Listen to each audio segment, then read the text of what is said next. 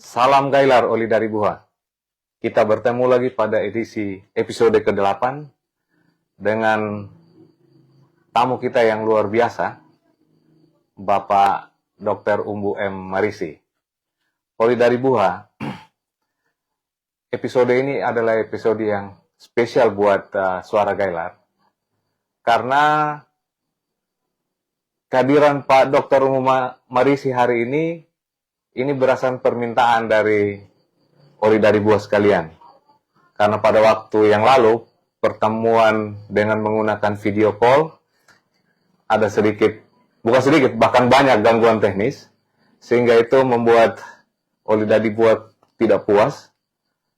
Puji Tuhan, hari ini Pak Dr. Umbu M. Marisi bisa hadir di Suara Gailar, untuk berbincang-bincang dengan Suara Gailar, dan kami berharap Oli dari Buah bisa mengikutinya dengan baik. Yang lalu kami sudah menjelaskan, memperkenalkan siapa Bapak Dr. Umbu M. Marisi. Jadi kali ini kita tidak perlu menjelaskan lagi soal itu. Kesempatan yang indah ini ingin kami gunakan semaksimal mungkin untuk menggali banyak sekali pengalaman yang Pak Dokter bisa ceritakan ke kita sekalian pada malam hari ini. Pak Dokter, yang lalu sudah di-share ke kami bahwa sejak studi Pak Dokter sudah punya cita-cita. Waktu itu ingin mengembangkan asuransi sosial. Karena pada saat itu, asuransi yang diselenggarakan oleh pemerintah melalui BUMN itu adalah asuransi yang komersil. Yeah. Nah, bisa nggak Pak Dokter ceritakan kepada kita semua, bagaimana pikiran itu ada dalam, rencana itu ada dalam pikiran Pak Dokter, lalu kemudian berusaha merealisasikan melalui instansi yang Bapak, di mana Bapak bekerja. Baik, selamat malam Oli dari Buha semua. Puji Tuhan saya bisa hadir di sini dan paling tidak kita berbagi informasi. Berbagi pengalaman, dan malam hari ini kita akan berbincang tentang, tadi ditanyakan menyangkut apa sebenarnya ide yang ada di balik kegiatan yang saya kerjakan dalam pengalaman bekerja. Jadi, ketika saya selesai menjadi direktur Rumah Sakit Lindimara di Waingapu, saya ditawarkan untuk masuk di Perum Sada Bakti. Yeah. Perum Sada Bakti itu adalah cikal bakal PT Askes. Nah, jadi saya ditawarkan masuk di situ, saya tanya sama pihak Kanwil Kesehatan NTT, apa tantangannya? Jadi tantangan katanya bahwa konsep bagaimana semua penduduk Indonesia mempunyai asuransi kesehatan. Itu tantangannya. Oleh sebab itu saya bilang kalau itu ada tantangan, saya terima untuk pindah. Setelah saya terima, saya kemudian sekolah. Nah, itu sebelum itu, Pak. Berarti terima itu status sebagai pegawai negeri? Pegawai negeri. Saya pada waktu itu status pegawai negeri.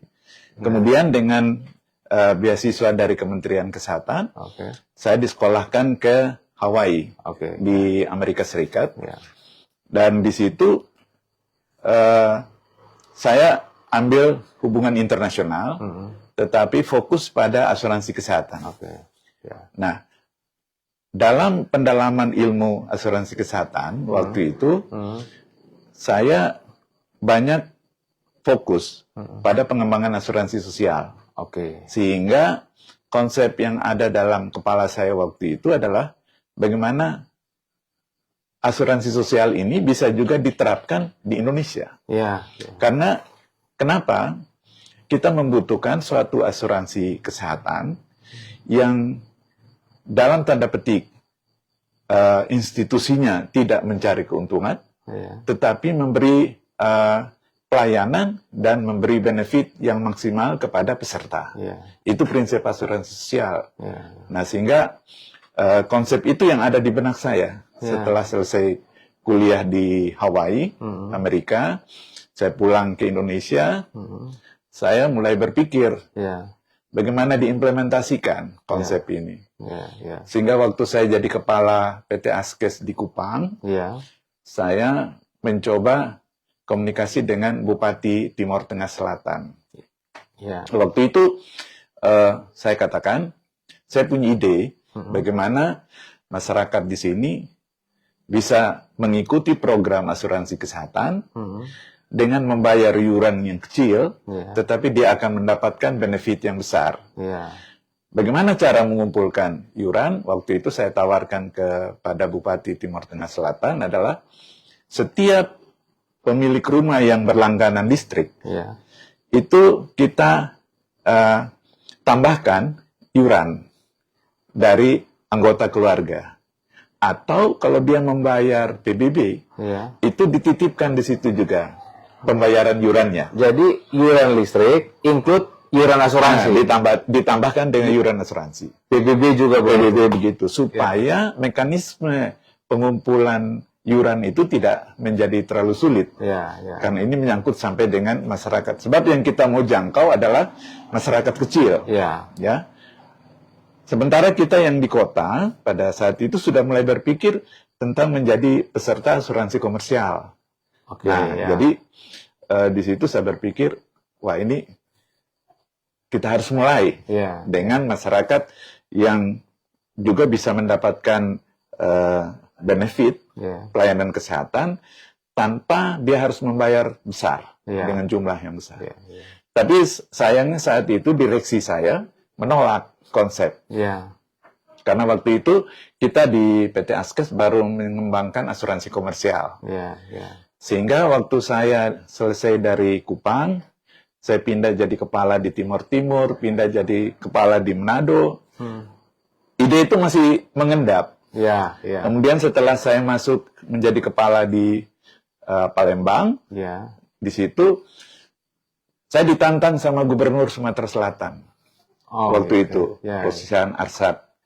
Dia bilang, Pak Umbu, bisa nggak menyusun suatu rencana strategis 5 tahun, dan itu menjadi pedoman bagi pemerintah Sumatera Selatan untuk memberi asuransi kesehatan kepada masyarakat. Sumatera Selatan. Sumatera Selatan. Saya susun renstranya, saya ajukan ke gubernur, disepakati, saya bilang sama Pak Gub, saya mulai dengan seminar untuk memberi pemahaman konsep. Beliau setuju, beliau buka seminar, saya datangkan direksi yang juga kaget, kok bisa ada ide baru gitu.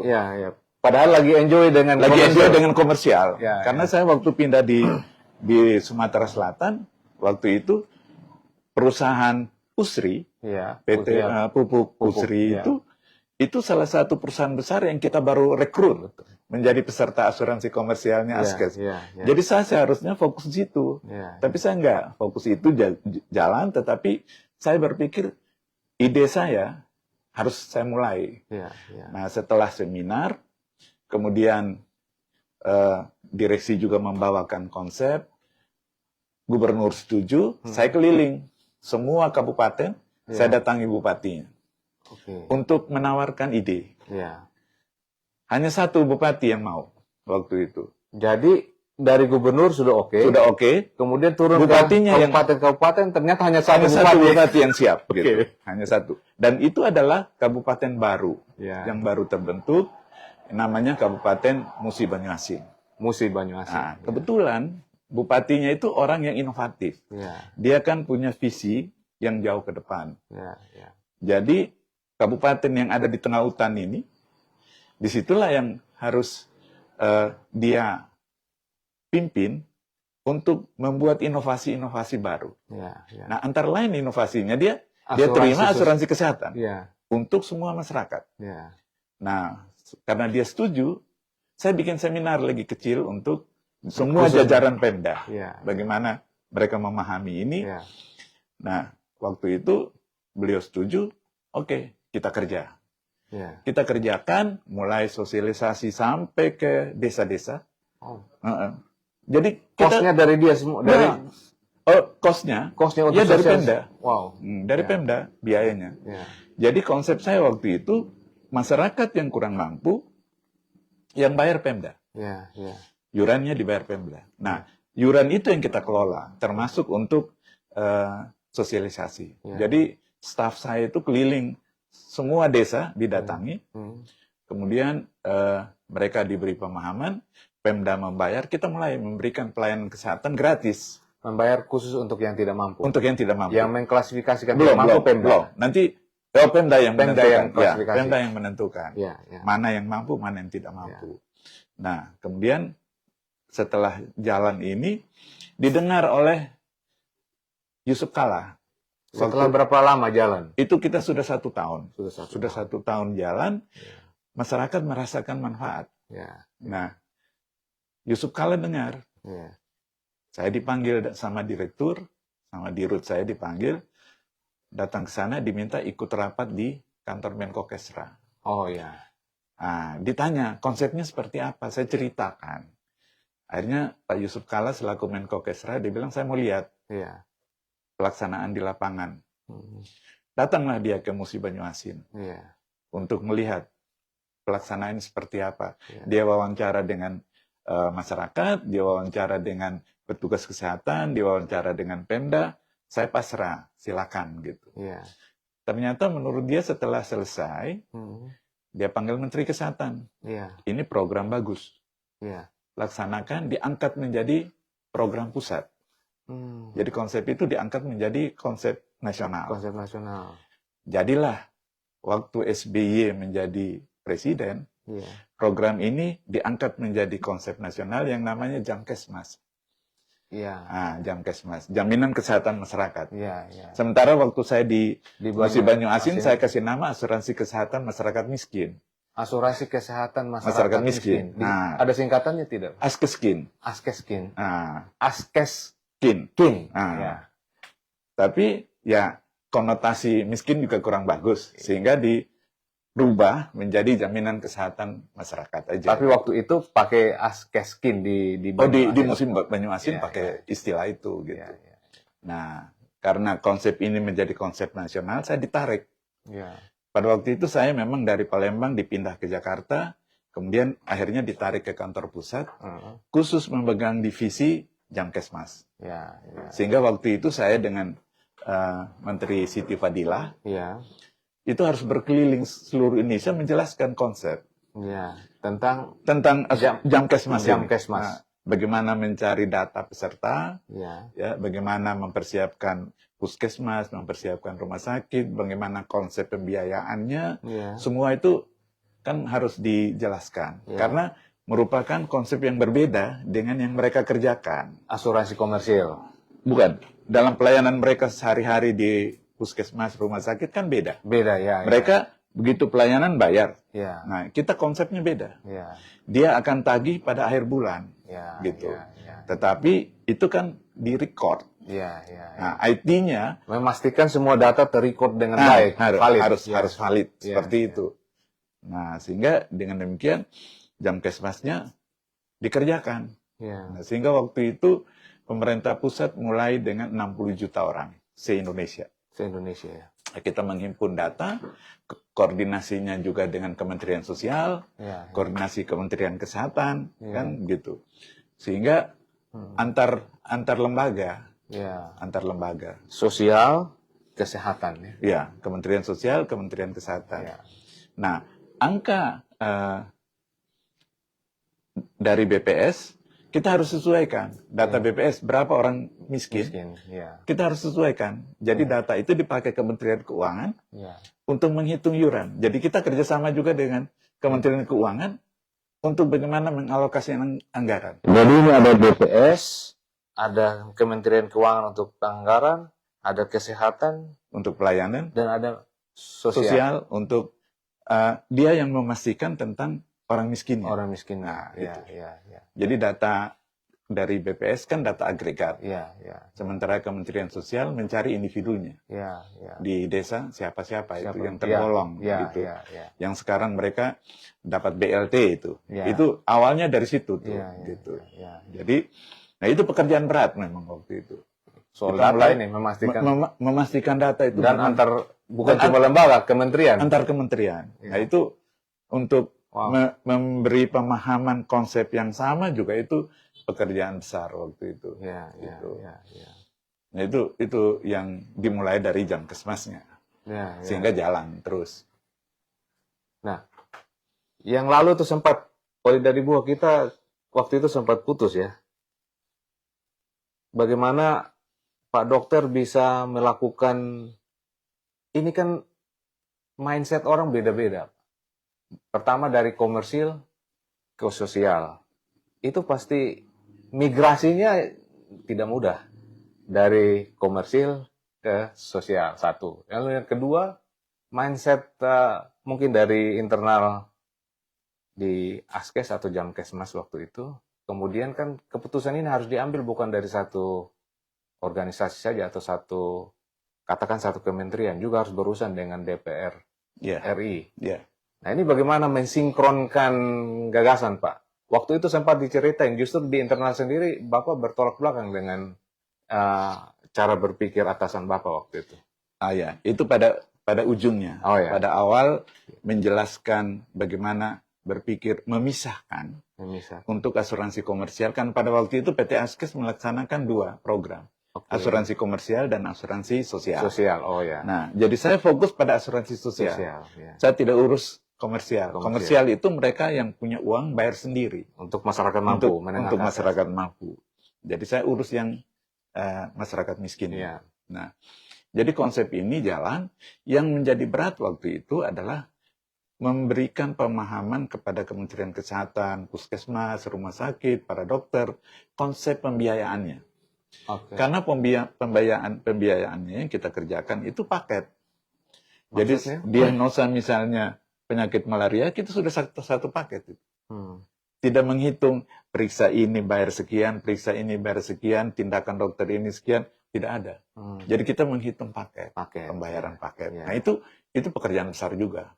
Nah, menjelaskan juga kepada DPR adalah bahwa asuransi sosial ini tidak berdampak pendapatan. Karena PT Askes selaku BUMN, dia profit oriented, harus mencari keuntungan waktu itu. Jadi pada saat itu, setelah saya dari kepala divisi diangkat menjadi direktur operasional, pertentangannya bagaimana pada saat yang sama saya harus membuat supaya ada profit untuk menjadi bagian dari kontribusi BUMN untuk pendapatan negara. Tapi pada saat yang sama asuransi sosial ini harus jalan juga gitu. Nah ini nih pekerjaan di Askes waktu itu memang berat memisahkan seperti itu. Nah pekerjaan memberi pemahaman itu juga yang menjadi tantangan besar gitu. Tadi ada 2 hal Pak. Tadi yang soal paket. Kan katakan contohnya malaria. Kalau pemeriksaan biasa kan berdasarkan apa yang diperiksa. Betul. Dibayarnya per item. Tapi kalau asuransi begitu sebut satu penyakit tertentu semuanya dibayar. Mestinya bagus dong buat rumah sakit. Pada waktu itu ada penolakan. Kenapa? Ya? Pada saat dia tidak paket, unbundling itu, dia kan bisa membuat sebanyak mungkin pemeriksaan yang tidak perlu juga bisa diperiksa. Sementara kalau paket, kita hanya sudah dibatasi. Kalau you tidak ikut, you bawa banyak pemeriksaan, ya rugi sendiri rumah sakitnya. Betul. Ini kan di sisi lain membatasi moral hazard juga. Moral hazardnya itu yang diatasi gitu. Nah itu memang. Nah, misalnya kita bayar di Puskesmas, itu istilahnya kapitasi. Jadi kita hanya membayar setiap orang per bulan sejumlah rupiah. Pokoknya dia sakit apa, dia dapat tindakan apa, itu sudah. Di Puskesmas. Nah, yang kelemahan kita sekarang dari program yang ada sekarang dan ini yang di BPJS Kesehatan juga harus terus didorong adalah bagaimana upaya promotif preventif itu menjadi bagian yang penting.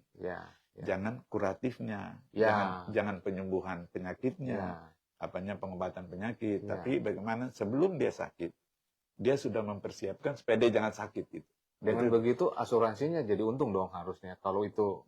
Nah, kalau prinsip asuransi komersial, keuntungan itu menjadi milik dari perusahaan. Dan BUMN, keuntungan itu disetorkan ke negara. Tapi kalau asuransi sosial, keuntungan itu tidak menjadi milik perusahaan. Tapi keuntungan itu dikembalikan menjadi benefit untuk peserta.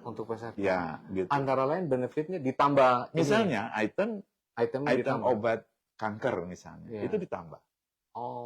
Nah, jadi itu memang mensinkronkan dana yang tersedia dengan benefit yang harus diterima peserta juga, itu pekerjaan yang cukup rumit.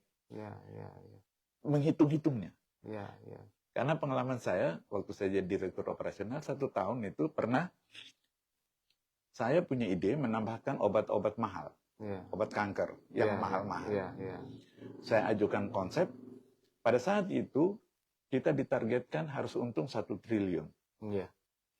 Nah, 1 triliun itu tugas direktur operasional mensinkronkan pendapatan dengan pengeluaran supaya di bottom line-nya itu kan ketemu itu 1 triliun. Selain orang keuangan menginvestasikan. Tapi yang pokok itu kan di operasionalnya. Waktu itu saya juga di ini sama direktur utama. Ini nambah benefit sudah dihitung benar nggak? Sebab yang dimasukkan bukan yang obat-obat murah, tapi obat-obat mahal gitu. Saya bilang saya yakin ini pasti bagus. Ya, puji Tuhan, target memberikan pelayanan baik kepada peserta tercapai dan profitnya pas juga. Bisa tercapai juga gitu. Bisa tercapai 1 triliun. Iya, 1 triliun tercapai. Jadi mensinkronkan di lapangan itu pekerjaan besar juga. Memanage para karyawan. Karena saya juga waktu itu kerjanya, saya turun sampai di petugas. Di rumah sakit saya turun. Saya turun sendiri kontrol. Untuk memastikan bahwa mereka betul-betul tidak ada moral hazard. Tidak ada juga mengabaikan pelayanan kepada peserta, sehingga kepuasan peserta waktu itu kita naik tinggi sekali. Ini kan memang perpanjangan tangan dan punya peran penting dalam, katakanlah, baiknya sebuah asuransi kan dari rumah sakit. Kalau dia kebablasan, asuransinya juga yang justru itu harus diatur. Harus diatur di situ. Jadi harus ada komunikasi kita antara asuransi dengan pihak rumah sakit. Service level agreement-nya jelas. Service level agreement-nya seperti apa? Terutama sebab ini waktu itu kita merubah mindset dokter.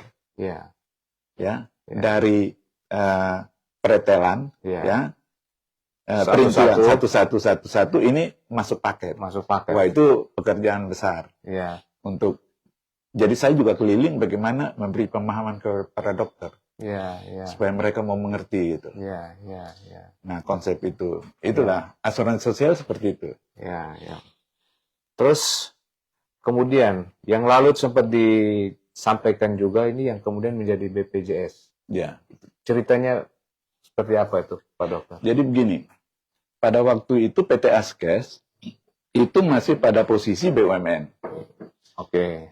Kita melaksanakan program asuransi komersial dan program asuransi sosial. Ini 2 program yang sebenarnya konsep dasarnya tidak sama. Tolak belakang. Satu cari untung, satu tidak boleh beruntung gitu kan. Tapi yang untung harus peserta. Nah, konsep itu kemudian oleh DPR, Komisi 9 diangkat menjadi rancangan undang-undang Badan BPJS. Badan Penyelenggara Jaminan Sosial. Itu konsepnya adalah memindahkan perusahaan-perusahaan yang BUMN, ada 4 itu, Jam Sostek, Asabri, Taspen, dan Askes, menjadi asuransi sosial. Kan ini 4 ini kan asuransi sebenarnya. Komersil. asuransi dan dikerjakan secara komersial. Jadi sampai sekarang macam Taspen itu masih dianggap pekerjaan komersial. Ya. Asabri juga begitu. Taspen, Asabri, Askes, Dan Jam Sostek. Nah. Jadi DPR bikin rancangan undang-undang inisiatif DPR, kemudian diajukan kepada pemerintah. Bagaimana supaya 4 BUMN ini di-merge. Di-merge, digabungkan, tetapi melaksanakan prinsip asuransi sosial. Nah, waktu itu perdebatan di dalam pemerintah. Ikut ini atau tetap komersial. Prinsip profit orientednya tetap gitu. Sebelum lanjut, pemerintah ini maksudnya pemerintah dari Kemenkes dan di BUMN ini sendiri. Kementerian BUMN dan Kementerian Keuangan. Oke. Nah, itu kan semua. Ini nambah lagi BUMN ya. Oke, lanjut. Nah, RUU ini kan harus digolkan oleh DPR. Tetapi bagaimana menggolkan? Karena konsep pemerintah beda. Jadi pengalaman karena konsep pemerintah masih komersial. Masih tetap komersial, harus tetap profit oriented. Nah, sehingga waktu itu pernah pengalaman saya waktu itu Menteri BUMN mengundang 4 dirut, direktur utama dari 4 badan ini. Dari 4 Jam Sostek, Askes, Asabri sama Taspen. Diundanglah situ. Tapi saya sendiri aja direktur operasional yang hadir. Jadi ada 5 orang. Ada 5 orang. Ditambah 1 deputi. Jadi kita cuma di dalam itu kan hanya 7 orang dengan menteri. Arahan menteri, bagaimana bikin konsep, jawaban kepada DPR bahwa kita tetap untuk mempertahankan komersialnya. Selesai rapat, pulang, saya ngomong sama dirut saya, dirut Askes. Saya bilang, Pak, prinsipnya lawan kata hati saya. Saya tidak setuju. Karena konsep kita harus dijadi asuransi sosial. Jangan dia menjadi asuransi komersial. Nah, terus dirut bilang, tidak bisa, Pak Umbu. Arahan menteri sudah begitu. Jadi sebaiknya kita ikut aja. Saya bertentangan. Saya dimasukkan tim untuk menyusun jawaban pemerintah yang ingin mempertahankan komersial. Pada saat yang sama bertentangan dengan konsep yang ada di benak saya. Nah, itu gimana itu? Nah, sehingga waktu itu saya melakukan pendekatan dari semua anggota Panja. Di DPR? Di DPR, Komisi 9. Jadi saya dekati. Sebagai pribadi. Saya lepas jabatan saya. Berarti sifatnya transfer knowledge saja? Hanya transfer knowledge. Saya katakan sama mereka, konsepnya begini. Jadi kalau nanti pemerintah bilang begini, jawabannya sebenarnya ini, gitu loh. Nah, kenapa begitu? Karena menurut saya, kalau kita tetap bertahan pada komersial, untuk universal coverage, cakupan semesta itu nggak tercapai. Lebih banyak orang miskin dibanding orang yang menengah ke atas. Dan juga orang menengah ke atas tidak bisa mengkontribusi untuk masyarakat miskin. Karena prinsipnya kan subsidi silang. Orang yang kaya ini yang punya uang dia bayar lebih, tapi manfaatnya sama. Yang miskin sama yang kaya, kan gitu. Itu konsepnya. Gitu. Sehingga waktu itu saya datangi semua anggota Panja, memberikan knowledge, ilmu sama mereka. Akhirnya mereka ini datangi atas inisiatif sendiri. Pada saat yang sama di kantor ada demo menolak BPJS. Saya nggak ikut situ. Saya jalan sendiri gitu untuk ke Komisi 9. Lanjut. Nah, sehingga waktu itu setelah perdebatan rame, bahkan saya pernah ditegur sama deputi menteri. Karena waktu itu ketahuan, saya lagi ngobrol sama anggota Komisi 9 gitu. Harusnya di kamar sini, di kamar sini, besoknya dipanggil sama deputi. Pak Umbu tadi malam itu ngapain sama ketua Komisi 9 gitu. Enggak, Pak, saya ngobrol biasa aja, kan di kafe. Kan di coffee shop ya, ngobrol biasa aja, Pak, nggak ada apa-apa. Enggak, jangan ya. Dia feeling nggak baik gitu kan. Saya bilang nggak apa-apa, Pak. Akhirnya dirut saya bilang, Pak Umbu, habis ini jangan lagi ikut di dekat situ. Saya remote dari jauh aja untuk membackup tim pemerintah kan. Ya nggak apa-apa lah. Tapi ilmu saya kan sudah selesai. Saya transfer gitu. Sehingga waktu ketok palu, anggota DPR si Rika Dia Dia Pitaloka. Oneng ini Oneng, langsung telepon, Pak Umbu kita menang. Gitu. Nah, saya bahagia kenapa? Ya, Karena apa yang saya pelajari ilmunya ya. itu bisa diimplementasikan gitu Secara nasional. secara nasional. Itu kebahagiaan saya waktu itu. Ya. Oli dari Buha, luar biasa. Di balik program nasional yang saat ini kita kenal dengan namanya BPJS, itu salah satu buah pikir dari putra Sumba, Dr. Umbu M. Marisi. Luar biasa. Sebelum kita lanjut, saya ingin menginformasikan bahwa kegiatan episode ke-8 ini didukung oleh Yopin Wali Ati, distributor ikan segar online pertama se-Sumba.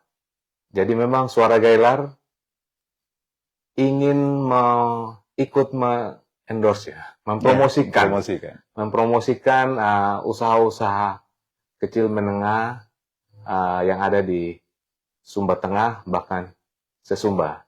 Jadi sekali lagi, khusus episode ke-8 ini, Suara Gailar didukung oleh Yopin Wali Ati, distributor ikan segar online pertama se-Sumba. Bisa minum dulu Om kalau. Lanjut. Lagi seru ngomong. Haus juga.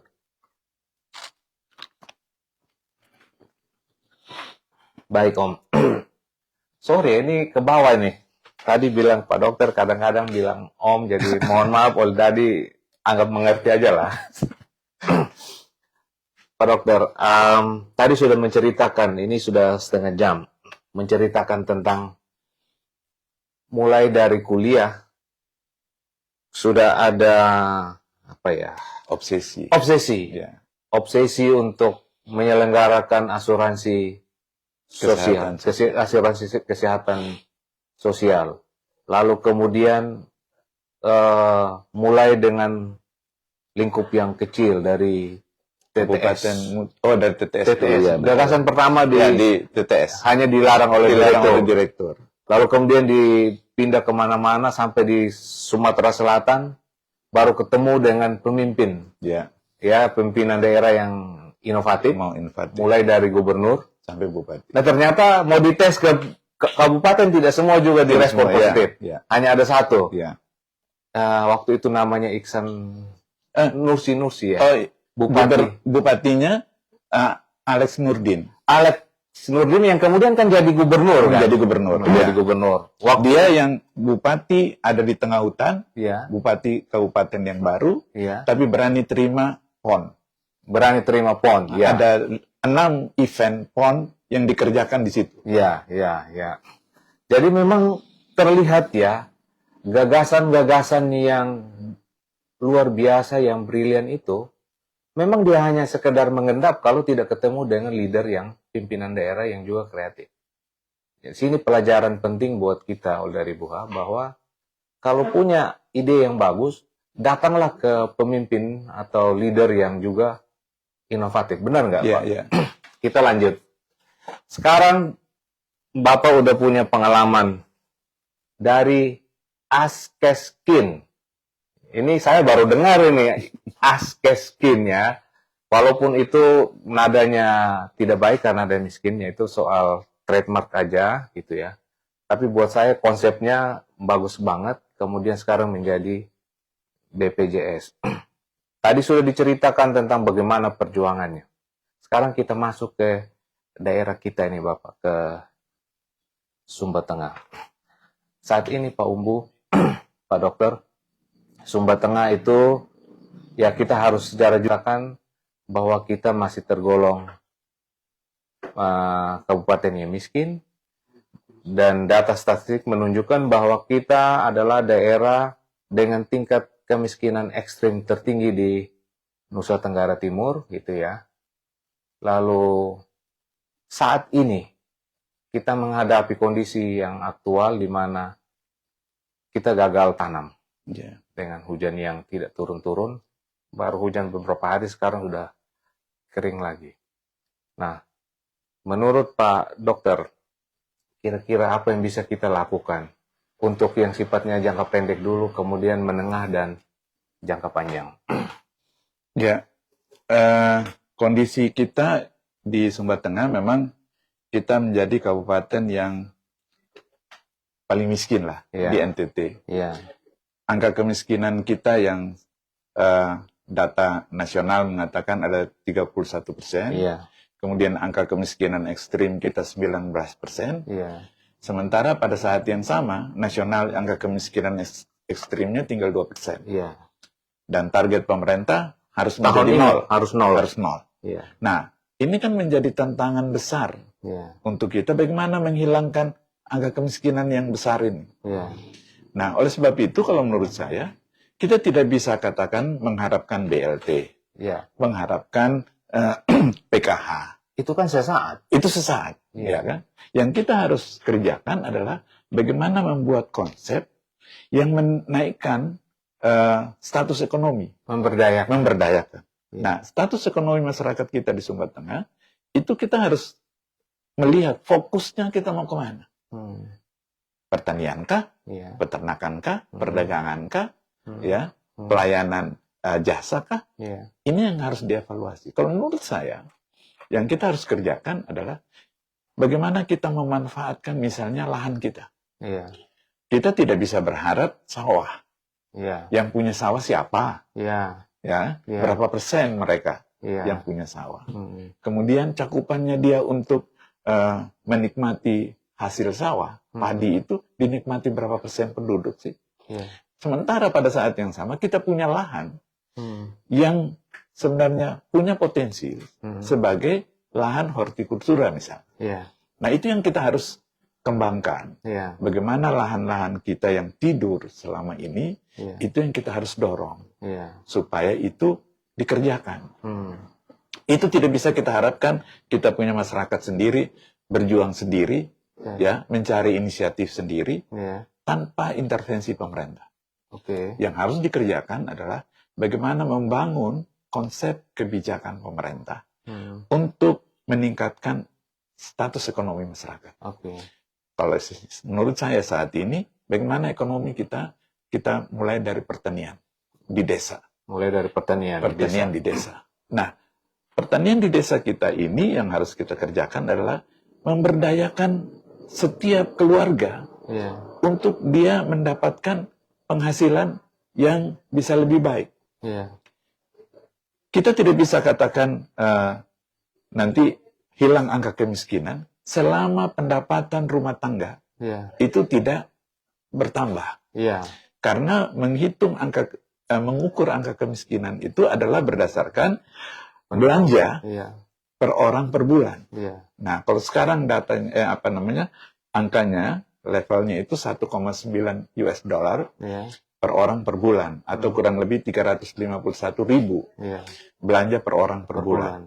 Nah, kalau satu keluarga 4 orang berarti ada kurang lebih 1,3. Kalau dia 1,3, dia hanya sekarang berharap dengan kebun yang kecil, nggak cukup itu. Sehingga kita tetap akan menjadi miskin. Jadi yang harus kita kerjakan adalah bagaimana tanah-tanah kita, lahan-lahan tidur ini dimanfaatkan secara produktif. Nah, secara produktif. Itu kan tidak bisa kita hanya kerjakan mimpi nanti nanti ini petani kerja sendiri, dia cari jalan sendiri, ya nggak bisa. Apalagi ada BLT, dia nggak mau kerja, dia makin malas. Makin malas. Apalagi sekarang ini BLT macam-macam. Ada lagi BLT El Nino, ada lagi BLT segala macam gitu kan. Nah, yang sifatnya ini tadi bantuan hanya untuk emergensi saja, dianggap ini menjadi sesuatu yang penghasilan tetap gitu. Itu. Nah, itu yang harus dirubah gitu. Jadi merubah mindset kita punya saudara-saudara juga ini, itu pekerjaan yang harus dikerjakan. Tidak bisa hanya kita bilang, oh kita ada punya program begini, selesai. Tetapi mindset dari masyarakat itu kan harus dirubah. Bagaimana dia bisa bertani untuk menghidupi dirinya sendiri.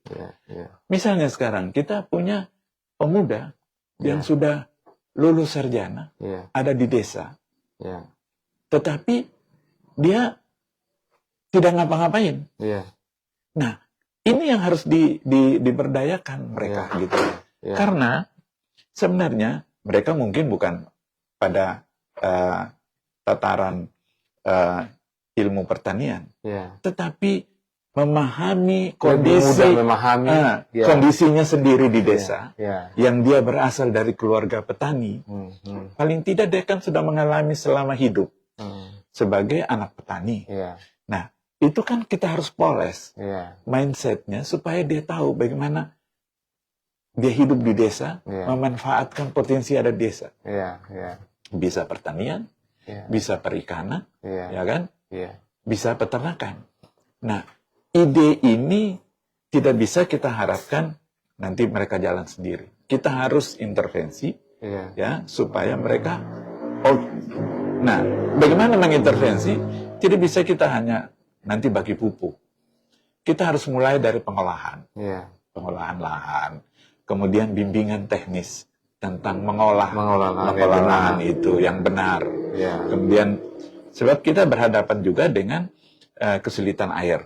Iya. Ya, kesulitan air. Iya. Nah, kita juga harus mencari ilmu-ilmu yang bisa mengatasi kondisi kesulitan air kita dengan tanaman-tanaman yang memang bisa menghasilkan, yang cocok dengan kondisi. Jangan berharap bahwa semua harus tanam jagung. Sudah dari dulu begitu.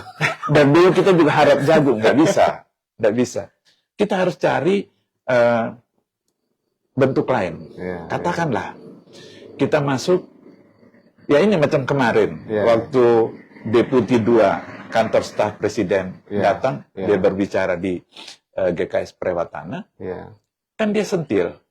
Kenapa kita diam saja pada saat kita sekarang setiap bulan membelanjakan sekian miliar untuk beli pinang. Beli pinang, ya. Yang asalnya dari luar Pulau Sumba. Import. Kenapa kita tidak tanam pinang? Ya.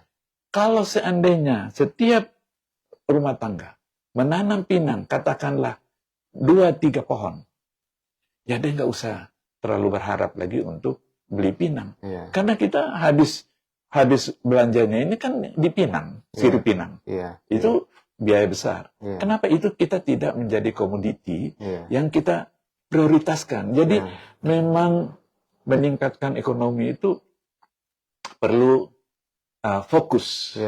Jangan rambang gitu. Jangan semua dikerjakan. Tapi kita harus fokus. Gitu. Ini sekarang banyak loh Pak Ombu. Ya kadang-kadang kami kalau ada belanjaan dari Bali atau dari Jakarta gitu ya, kan ada truk-truk itu yang di Facebook. Kalau ada barang yang mau dikirim dari Bali gitu ya, siapa gitu. Nah barangnya datang dari Bali nih, kita import. Tapi saya nggak pernah dengar ini dia kembali ke sana bawa apa ya? Mungkin kosong nih. Itu fenomena seperti ini apa yang bisa kita lakukan? Nah, ya itu kembali kita harus mulai katakanlah hasil bumi. Sebab Sumba Tengah ini kalau menurut saya potensi lahannya bagus. Ya. Bagian tengah ini sebenarnya lahannya itu bagus sekali. Desa-desa kita lahan tidurnya banyak, tetapi sebenarnya potensial. Ya kan? Saya masuk misalnya sampai di Matawoga sana. Banyak lahan, tapi tidur. Nah, bagaimana kita memberdayakan itu? Itu harus ada suatu mekanisme pemberdayaan masyarakat yang terstruktur dan dikerjakan secara profesional. Tidak bisa kita hanya sekedar ngomong, asal datang ini penyuluh, dia habis omong, dia pulang, tapi tidak dibimbing secara benar. Roadmap-nya harus jelas, tidak bisa sebentar saja, memang harus dalam jangka panjang. Betul. Harus terukur. Kalau kita bisa mengerjakan seperti itu, saya yakin Sumba Tengah ini bisa maju. Karena kita punya potensi lahan bagus. Katakanlah di utara, nggak usah berpikir jagung yang lain. Katakanlah kita misalnya tanam sekarang jambu mente sepertinya terabaikan. Jambu mente masih dari SBD, masih dari Tahui. Nah, kita punya lahan misalnya untuk jambu mente kita abaikan. Lahan yang lain mungkin kita fokus misalnya kemiri. Bisa. Saya juga berpikir misalnya kita jahe.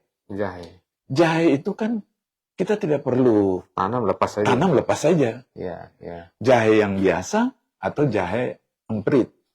Jahe merah Ya. itu mahal. Hmm.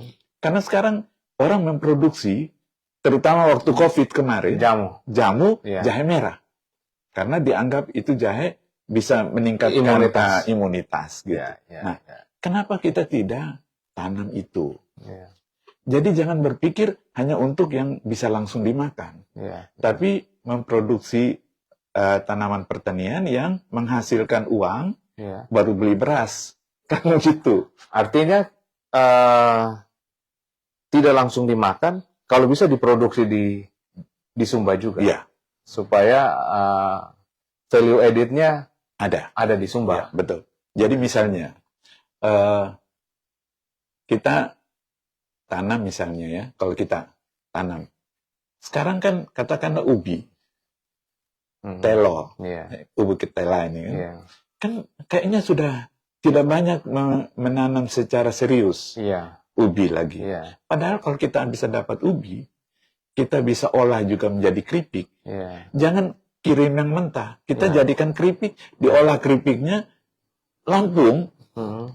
Itu keripiknya. Oh, yang coklat-coklat itu. Oh, segala macam. Ada rasa coklat, rasa keju, segala macam.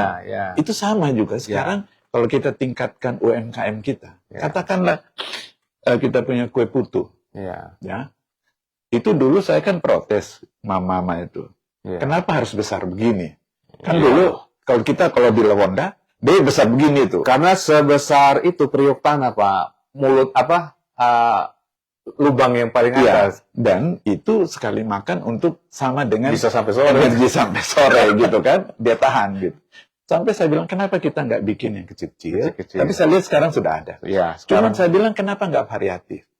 Campur coklat kek, campur susu, atau atau coklat atau keju gitu. Memang katanya, ya kan kita bisa bikin.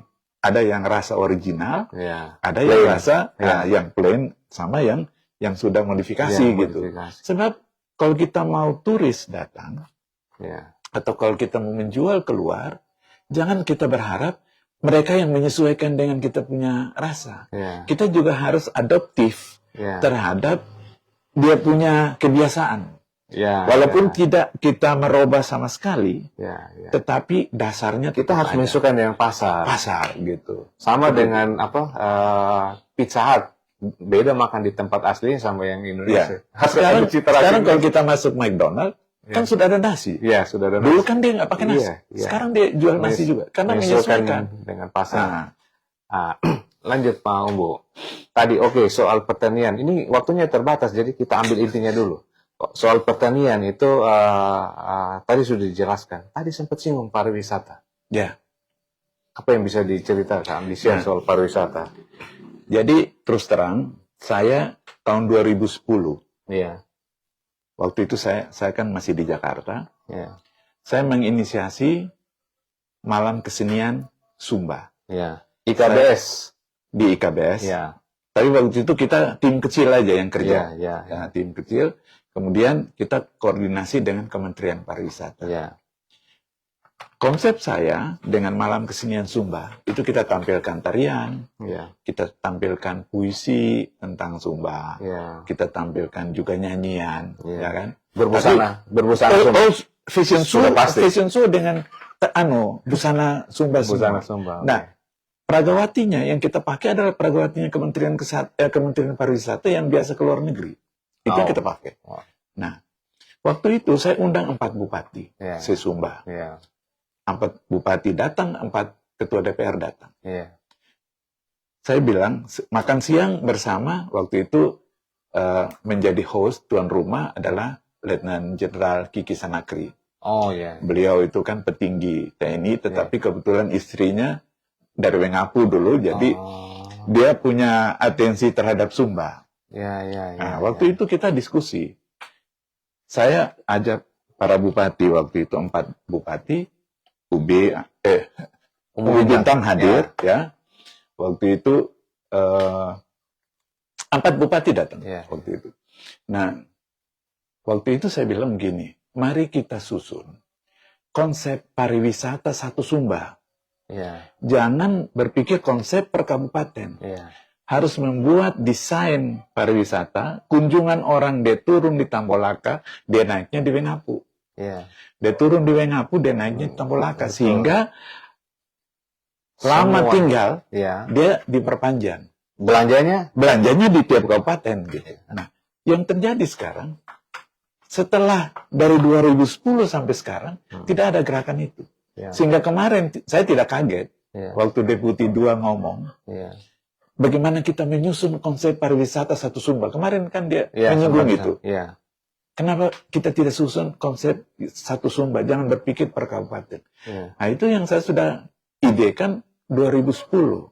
Iya. Masalahnya, ya saya hanya bisa menyampaikan kepada para petinggi, para Iya. bupati. Iya. Dan saya tidak terlibat di situ. Setelah itu selesai sudah kan gitu. Iya. Gitu. Kami dulu anak muda mikir itu, Pak Umbu.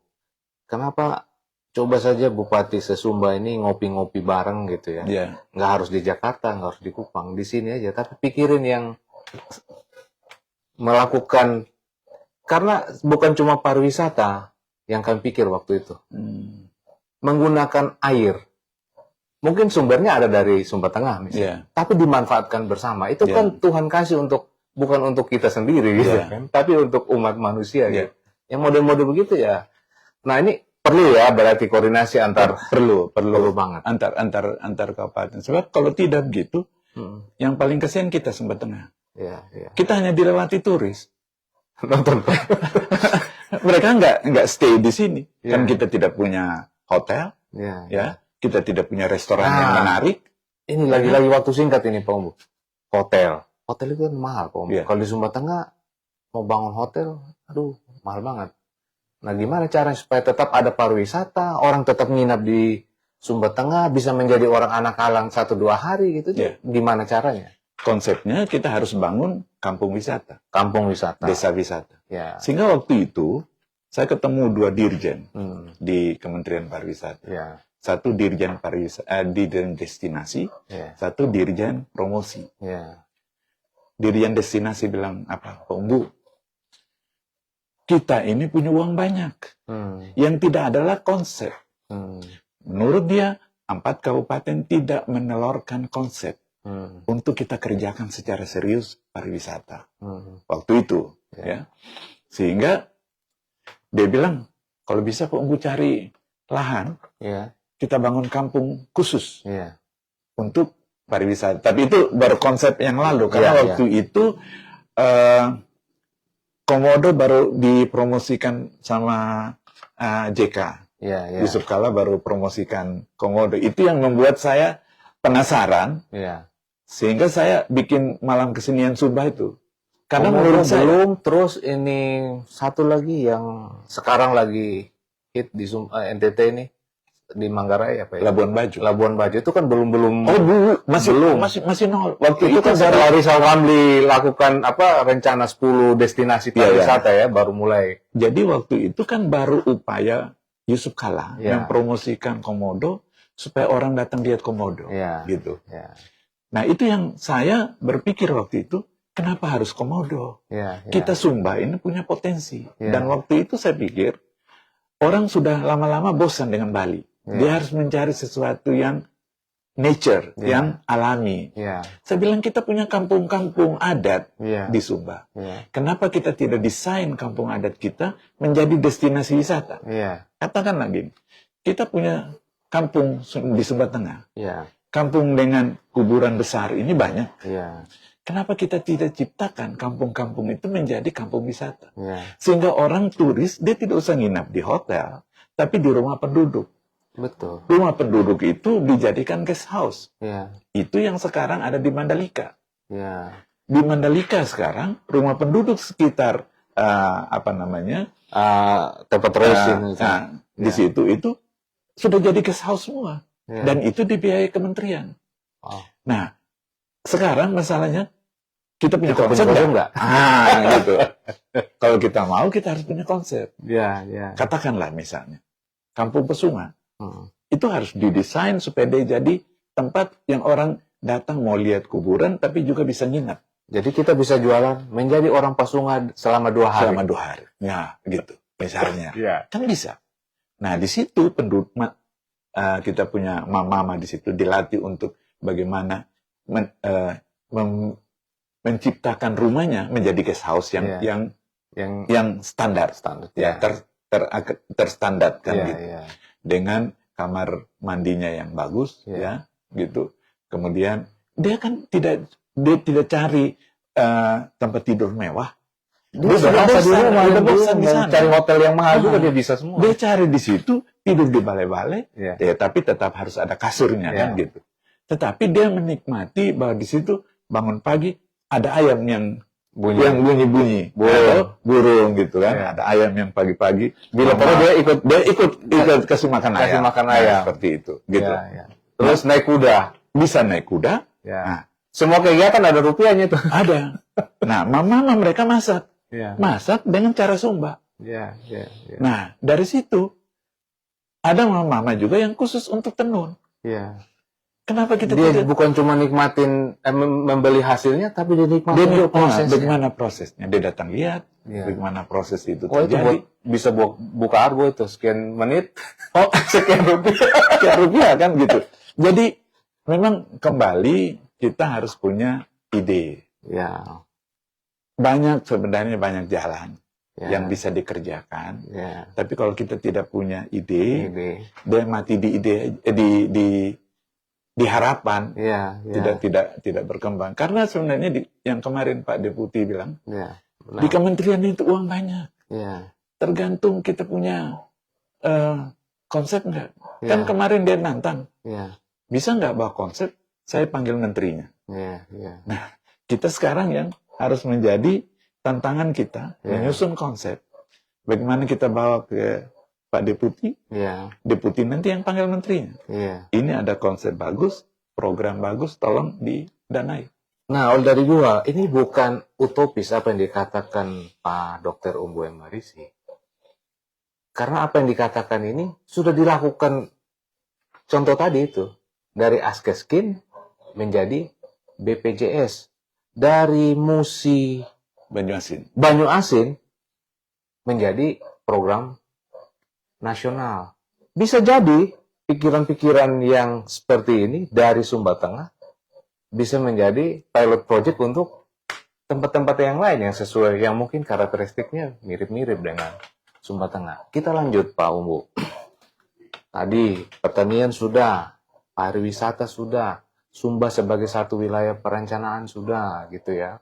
Konsep-konsep kecil tentang pariwisata, bagaimana kita punya konsep lalu kemudian bawa ke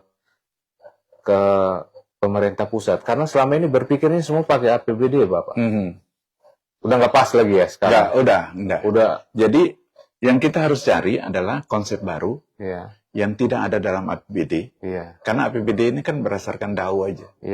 Akhirnya kita tenggelam pada rutinitas. Apa yang ada itu aja lah sudah. Nggak usah berpikir lain. Ya sudah, itu kan sudah ada formulanya. Padahal di sana kalau kita bisa punya konsep, kita bisa membawa konsep kita ke kementerian, ke Bappenas, itu banyak terbuka kesempatan. Ya kan? Nah, yang berikut, kita bisa cari investor. Kita harus mampu mencari investor yang bukan profit oriented murni. Dia harus mampu memberdayakan masyarakat. Saya berbicara dengan beberapa teman, bagaimana menghadirkan kembali itu. Ada yang kita sudah punya konsep, adalah ini sekarang kita lagi berusaha bagaimana cari dananya. Yaitu kembali pertanian, memberdayakan petani lokal. Ya, mereka semua dibimbing, pokoknya dikelola secara profesional. Nah setelah itu dia akan hidup dari situ. Tapi harus dikelola secara profesional. Tidak bisa hanya sebagai penyuluh, datang 1 bulan sekali, datang lihat, selesai. Jangan harap banyak kalau kayak gitu. Udah. Nah, soal pendidikan Pak Umbu, ini gimana? Tadi ada harapan seperti ini, pekerjaan besar kita tuh merubah mindset. Menurut saya pendidikan itu punya peran penting. Apa yang bisa Pak Umbu share soal pendidikan tentang di Sumba Tengah ini? Sumba Tengah pada saat ide Sumba Tengah ini didirikan, terus terang, saya setiap tim dari Sumba Tengah datang ke Jakarta, pasti mereka cari saya. antara lain almarhum Umbugiko, Ya. dokter hewan. Beliau kan salah satu yang memang pejuang betul, inisiator untuk lobby sampai ke pusat.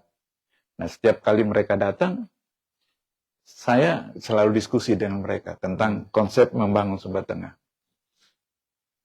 Waktu itu konsep saya adalah, Anak Kalang ini kota pendidikan. Ya. Jangan kita ekonominya di sini. Ya. Ekonomi itu kita kembangkan di Mamboro. Kenapa Mamboro?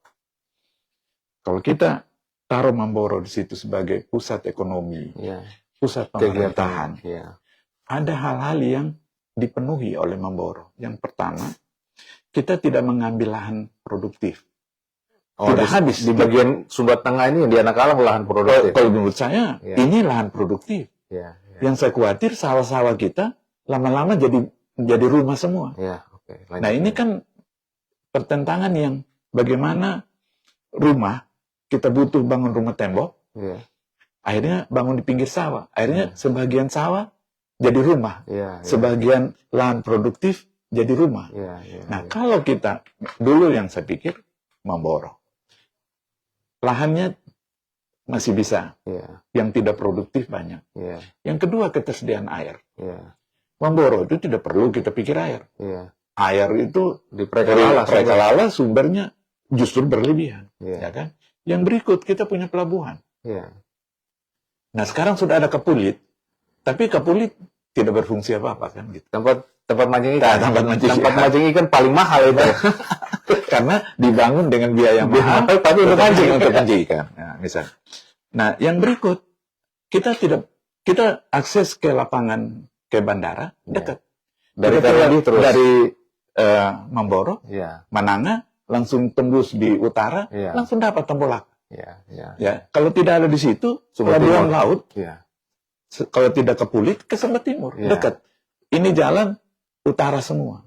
Nah, kemudian yang berikut, kenapa di situ bisa lebih maju? Karena interaksi dengan luar lebih cepat.